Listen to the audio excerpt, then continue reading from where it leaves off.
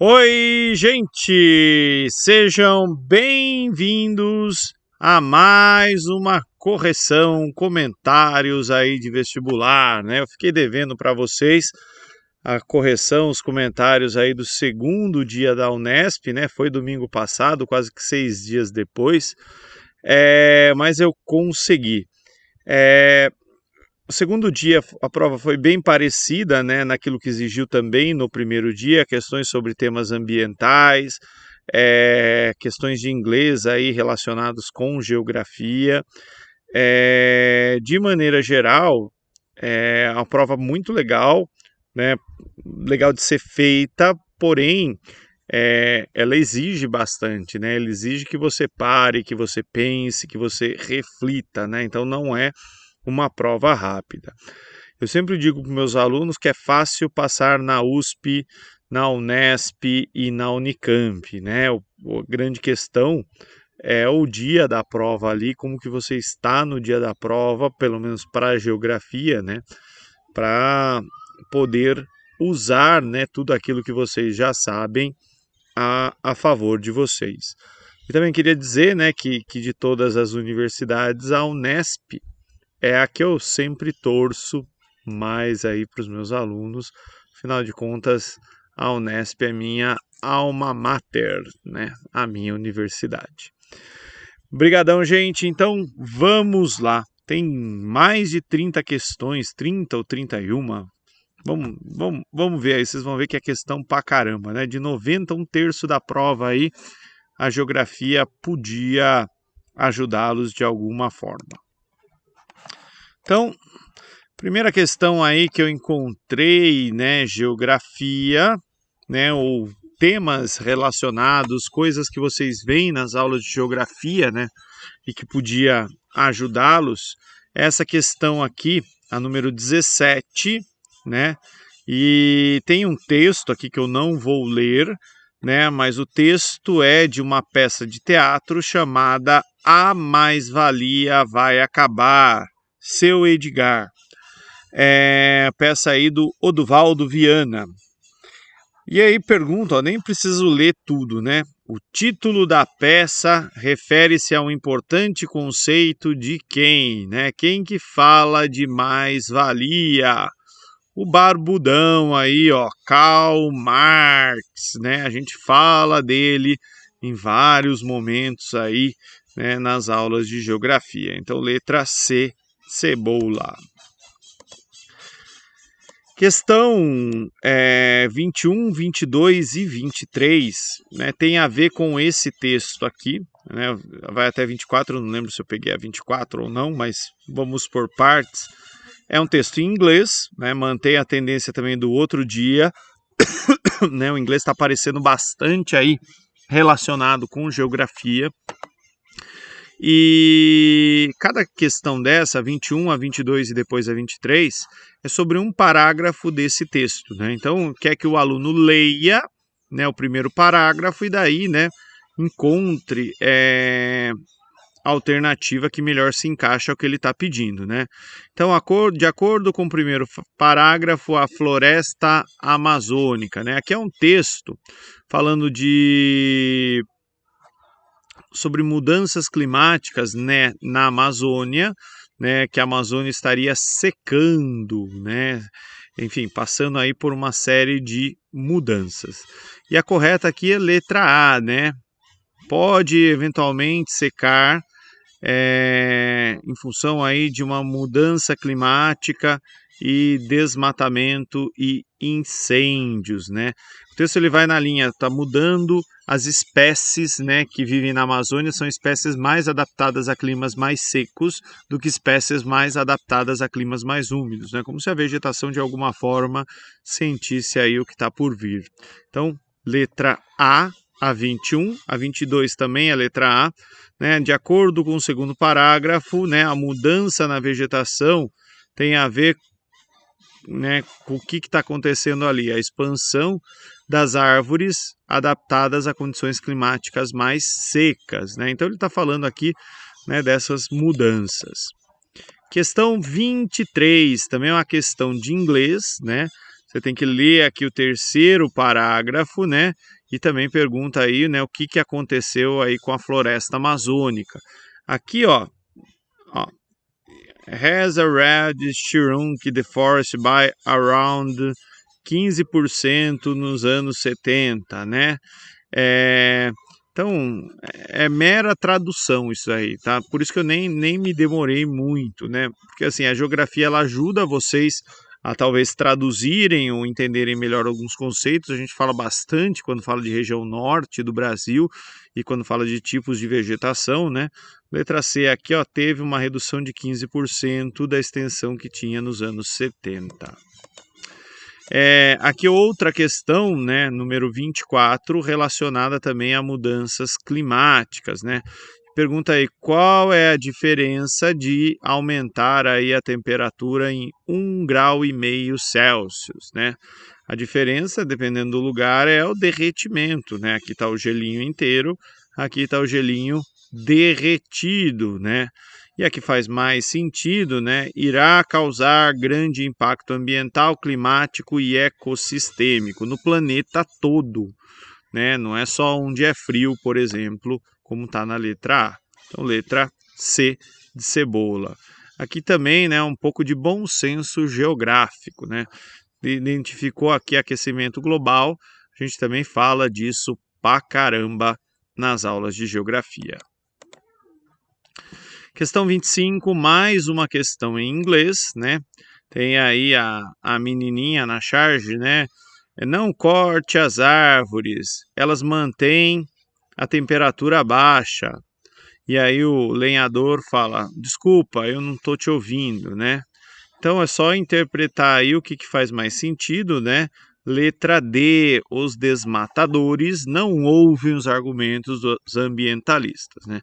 Lembrando também, né, que o cara com a motosserra ali, ele é o operacional, né, do sistema ali, pode estar motosserra, pode estar com o trator, mas o desmatador mesmo é alguém que nem vai lá na floresta, né? Alguém que paga para alguém ir lá, né? Às vezes se aproveita que algumas pessoas não têm outra fonte de renda para ir lá e destruir a floresta. Questão 26 e 27 é sobre esse mapa aqui, né? Ele pega a Amazônia, mostra a Amazônia não só no Brasil, mas em outros países. Meus alunos conhecem bastante esse mapa, né? A gente fala das diferenças, né, de floresta amazônica, de Amazônia legal, né, de região norte, que é um outro conceito importante aqui no Brasil. Aqui aparece o famoso arco do desmatamento, né, a borda brasileira da floresta por onde ela está sendo desmatada, né? E aqui tem uma figurinha que mostra como que funciona esse desmatamento, né? A partir do momento que o governo abre uma estrada, né, abrem-se outras estradas vicinais aí que vão ser vias, né, para promover o desmatamento, né? Então, o retângulo destacado no mapa e em seu texto informam que muitas vezes o desmatamento, né, ocorre em estradas perpendiculares, entradas perpendiculares após a construção de estradas. Letra B de bola.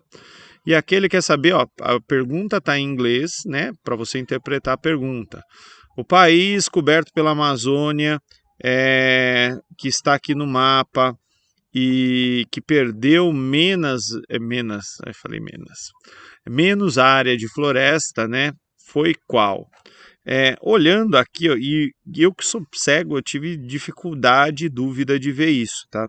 É a Guiana Francesa. A gente não vê nenhum pontinho vermelho na Guiana Francesa. No Suriname, ó, aqui já tem alguns pontinhos, e a mesma coisa aqui no cantinho da Guiana, tá? Então é a Guiana Francesa, letra D de dado.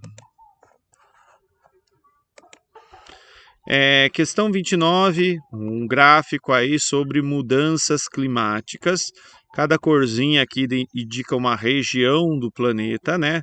Daí tem um texto falando um pouquinho sobre isso, né? E o gráfico é sobre índice de populações, né? Então, espécies, né? Animais aí, enfim. Animal populations, né? E por aí vai.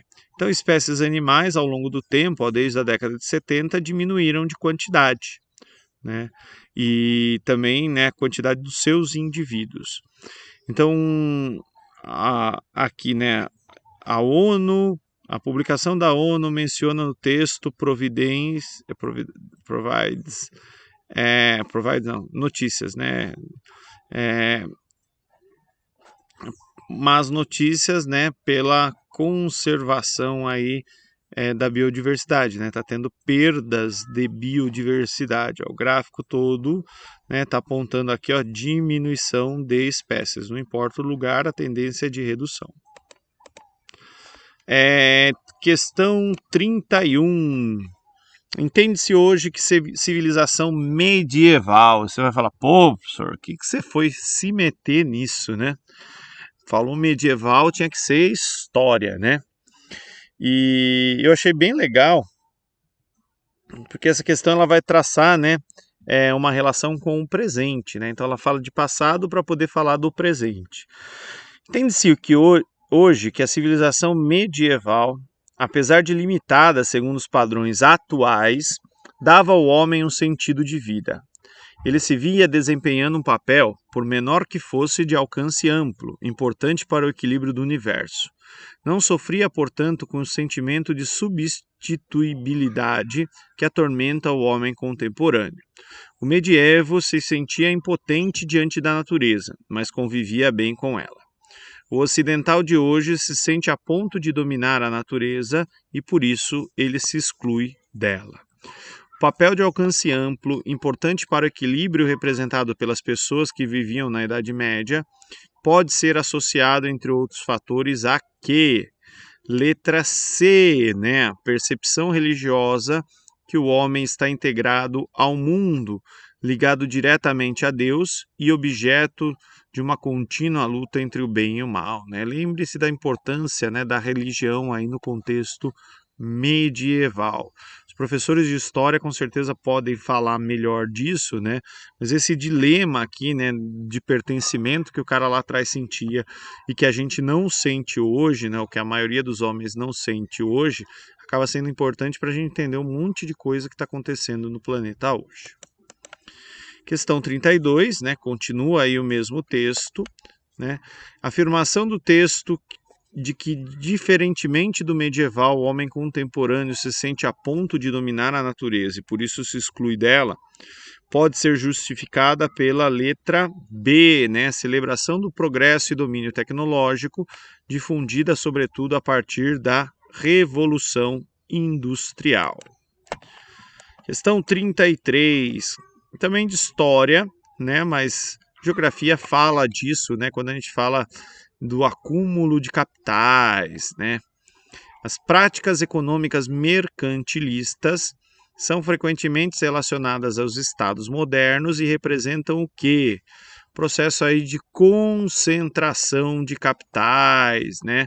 Aquela coisa que quando a gente vai olhar nível de desenvolvimento dos países, a gente volta, né, para ver um pouquinho da história deles, né? E países desenvolvidos, na sua maioria, são aqueles que de alguma forma acumularam capitais. Antes de fazer a 35, deixa eu tomar um gole d'água.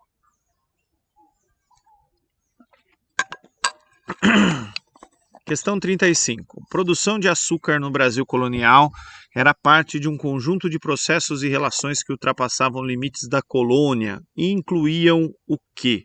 Né?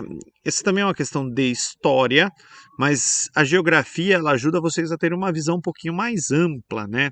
A gente fala em vários momentos da formação do povo brasileiro e, portanto, da questão do tráfico de escravos, né? Da agricultura aqui no Brasil, da história da agricultura, né? Da grande propriedade exportadora, né? E dos produtos aí destinados principalmente, né, a atender necessidades aí de outros povos, de outras regiões, principalmente as áreas mais ricas, né? A letra D de dado, constituição da grande propriedade, tráfico de africanos e amplo mercado consumidor na Europa. Questão 41, tem aí um texto, né, falando um pouquinho, ó, com o fim da Segunda Guerra, os Estados Unidos se viram numa condição privilegiada, né, como sendo a mais forte, coesa e próspera economia mundial, O governo americano coordenou um vasto plano de apoio para recuperar as economias capitalistas da Europa Ocidental, já no contexto da Guerra Fria. Daí ele fala, esse monte de medidas gerou um crescimento econômico muito grande, né? E depois aqui embaixo ele fala, ó, teve a crise do petróleo, né? E mesmo ela tendo abatido os mercados, o crescimento continuou, embora reduzido, né? Então aqui, ó, letra B de dado não, né? B de bola. Gente, esse exercício é mera interpretação de texto, tá? Então, o que está falando aqui no finalzinho, né? Você lê o texto, você consegue fazer a relação aqui com a letra B. Mesma coisa, né? Mesmo texto. Questão 42. O apoio à recuperação das economias capitalistas da Europa Ocidental e investimentos na Ásia, África e América Latina corresponde à atuação dos Estados Unidos na Guerra Fria, né? Lembra? Plano Marshall, reconstruir a Europa, evitar que os caras caíssem nas garras do urso soviético, né? Então, letra C de cebola, cenário geopolítico do pós-Segunda Guerra Mundial. Questão 43, ó, tem aqui, ó, para checheno, russos impõem terror real. Chechênia é um território que fica ali no Cáucaso. Sérvios derrotam croatas em Vukovar. Sérvios, croatas, Vukovar, fica ali nos Balcãs, né? E a última notícia, combate se intensifica na Bósnia. Então tá falando aí do Cáucaso e, né, dos Balcãs. Então quando a gente lê uma coisa dessa, né, pode parecer do outro mundo, fala, meu Deus, cara, não sei nada sobre guerra da ex-Iugoslávia ou coisa do gênero, mas lembra do lugar, né? Lembra do lugar, fica tudo mais fácil, né? Aqui é a letra E. São questões étnico-nacionalistas relacionadas à constituição de novos estados devido a hostilidades que remontam às expansões do Império Russo, Otomano e Austro-Húngaro. Né? Toda essa região dos Balcãs, do Cáucaso, né, tem muita treta histórica ali por território, tem uma diversidade de povos, de interpretações religiosas aí. É uma região muito rica do ponto de vista cultural e muito tretada quando a gente olha a história aí do século XX. Questão 44. Predomínio mundial da urbanização, com o crescimento do número absoluto de cidades, teve como uma das suas consequências o que está na letra A, né? Terciarização da economia, né? Vem um monte de gente para a cidade, não tem indústria para empregar todo mundo, as pessoas vão trabalhar no setor terciário, comércio, serviços, principalmente, né, serviços baratos, né? Pintor, pedreiro, servente, eletricista, encanador, jardineiro, empregada, babá, copeira, lavadeira, né? São essas profissões do setor de serviços que acabam atraindo as pessoas e até aquelas informais, né? Onde as pessoas olham guardador de carro, faz salgadinho em casa, né? Não tem uma regularidade aí de renda, nem às vezes registros nos órgãos competentes. Então, letra A. Questão 45. Para a maioria dos brasileiros, a divisão regional utilizada atualmente parece sempre ter existido, porque serve de base há décadas para a regionalização de todas as agências governamentais, empresas, associações profissionais, etc. Se existem semelhanças evidentes, como em outros países do mundo, há também casos limite e vinculações ambíguas. Isso ocorre não apenas em razão do tamanho dos estados, como também porque reúnem regiões que apresentam caracteres que as aproximam mais do conjunto vizinho do que do resto do seu território. Então, esse Hervé Terry, a situação ali apresenta um caso limite, como problematizado pelos autores, né? Então, essa foi uma questão que eu fiquei um tempão pensando nela, né? Então, aqui ele está falando, ó, que tem regiões que apresentam caracteres que aproximam elas mais do conjunto vizinho do que do resto do seu território. Letra D, né, noroeste do Maranhão. Essa região do noroeste do Maranhão, aquele cantinho aqui do Maranhão, é já a floresta amazônica, né, o meio norte ali, a região de transição, Mata dos Cocais, por aí vai. Então aquela parte da Amazônia, né, que aí está dentro aí da região nordeste. Mas eu fiquei um tempão pensando, né, na letra A também, né, mas o que eu entendi? A parcela oeste do Tocantins, a área que integra a região nordeste, né, daí se fosse região norte, né, aí a gente podia falar um pouquinho, né, dos investimentos diretos da região nordeste.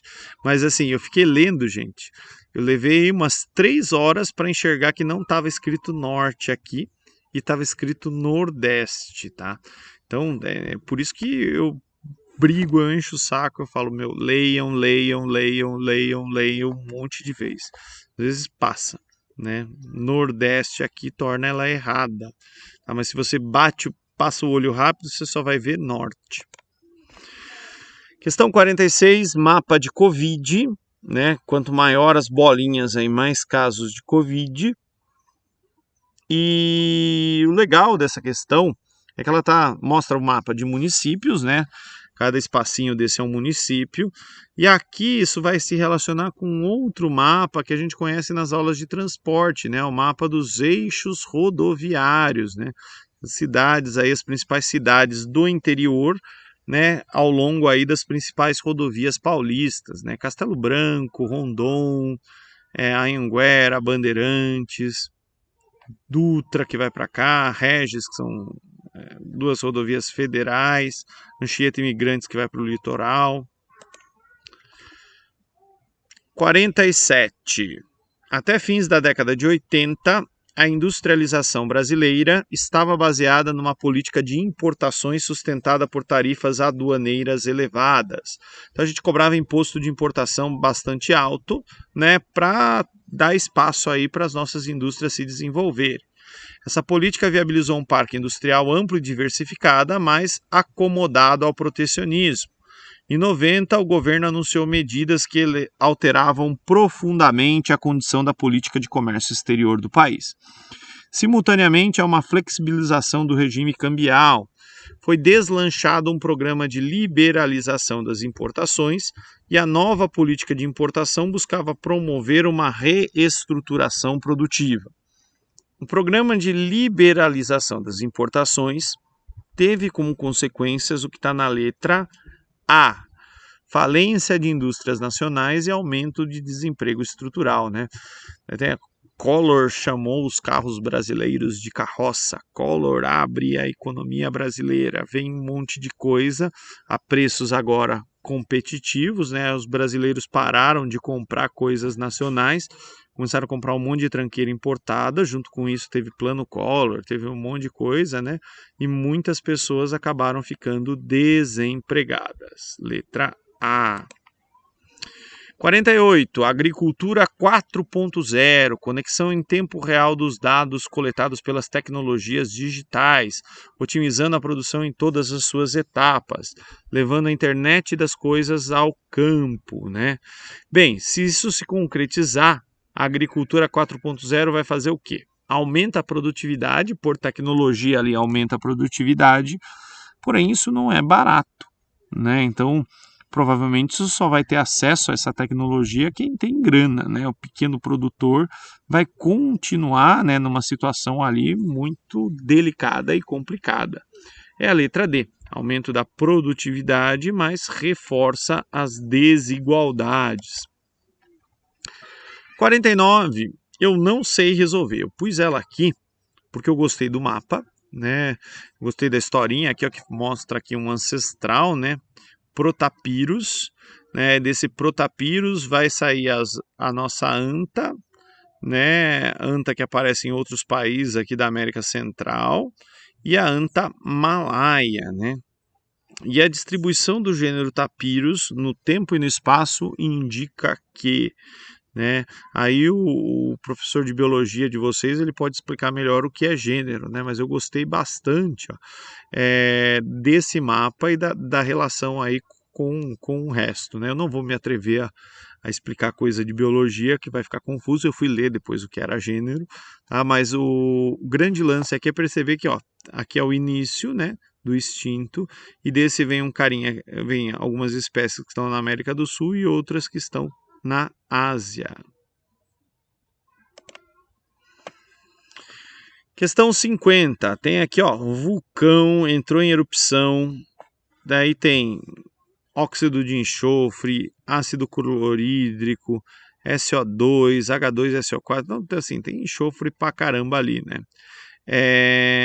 São consequências desse fenômeno, né, da erupção vulcânica, a formação de compostos de enxofres prejudiciais aos seres vivos e a diminuição da temperatura local pela reflexão da luz solar, né? Vai ficar mais escuro, né? E com isso a claridade, o calor, né, acaba não chegando na superfície terrestre. Letra E de elefante. 51, tem aí uma casa, né? Essa casa com algumas dicas de arquitetura sustentável, né? Aproveitar a água da chuva, tratar esgoto no quintal, captar energia solar, integrar-se positivamente ao terreno, aproveitar a luminosidade natural. Tudo isso, né, tem a ver com o quê? Construções sustentáveis que visam reduzir a interferência humana no meio ambiente. 52, interpretação de gráfico. Tem aqui um gráfico, né, de algumas fontes de energia na história do Brasil. Então, ó, sempre vai ver um negócio desse, presta atenção, né, nos momentos. Ó. Isso daqui era grandão, diminuiu. Esses outros aqui, ó, foram aumentando ao longo do tempo. E aí a gente tinha que fazer a relação com cada coisa, né? A correta aqui é a B. 1 corresponde aos produtos de cana-de-açúcar que tiveram um crescimento da sua oferta incentivado com a instituição do Proálcool em 75. Né? Aqui, ó, cana-de-açúcar, né? Tinha a questão da queima do bagaço, mas isso não era tão expressivo. E a partir do momento que tem o Proálcool, o uso, né, da cana-de-açúcar para fazer combustível vai aumentar aí, né, o próprio uso energético da cana. Então, letra B de bola. Questão 53. Fatores naturais, bem como a ação humana, podem atuar em processos de degradação ambiental. Em zonas áridas, semiáridas e subúmidas, um processo negativo característico dos solos e dos seus impactos esperados são. Então, a chave está no árido e semiárido, né? Lugar árido, lugar semiárido, né? Naturalmente, o árido é um clima extremamente seco, né? Característico de desertos. O semiárido, semidesértico, né? Então, um fenômeno aí, ó, desertificação e, obviamente, redução da biodiversidade. Questão 54. Gente, essa questão aqui eu sofri. Né? Eu sofri porque eu sou cego. Se eu tivesse que fazê-la no dia da prova, provavelmente eu ia levar 3 anos para poder enxergar ali e para pensar com calma, né? Na verdade tem que rabiscar, tem que fazer algumas coisas, né? Porque tem algumas chaves aí. Então vamos lá. Ele dá um ponto aqui X, né? Diz que está tudo fora da escala, norte aqui para cima. Ele mostra as coordenadas, né, nessa figura e ele pede quais são as coordenadas geográficas do ponto X. Então, assim, é uma questão de coordenadas, uma questão de geografia, mas você precisa conhecer alguns conceitos matemáticos para poder resolver. Mas a geografia já te ajuda muito. Por exemplo, né, ó, tá 40, tá 50, provavelmente se estivesse para cá, né, fora da tela do lado esquerdo, vai estar 60, 70 e por aí vai. Então, isso é um indicativo que está no hemisfério ocidental, no oeste, tá? E aqui, ó, tá 30, 40, 50, né? Iria aqui para baixo. Então, estaria no oeste e no sul. Com isso, ó, já dá para eliminar 3 alternativas: a letra B, a letra C e a letra D. sobra aqui, ó, a letra A e a letra E, né? Então, pelo menos, ó, a geografia mais básica aí deixa você chutar em duas ou não, ou ao invés de chutar entre 5, né? As suas chances sobem de 20% para 50%. Mas ainda tem um trampo aí, né? Então tem essas duas, né? A correta é a letra A, vocês já viram, né? Mas como que a gente chega, né, nesses números? E por isso que eu falei que é um trampo, né? Para quem tem dificuldade de enxergar, que nem eu, e tem que lembrar de algumas coisas, né? Vai um tempinho, né? Então, aqui, ó, tem um espaço de 5 centímetros e uma diferença de 10 graus de um lado ou 10 graus do outro.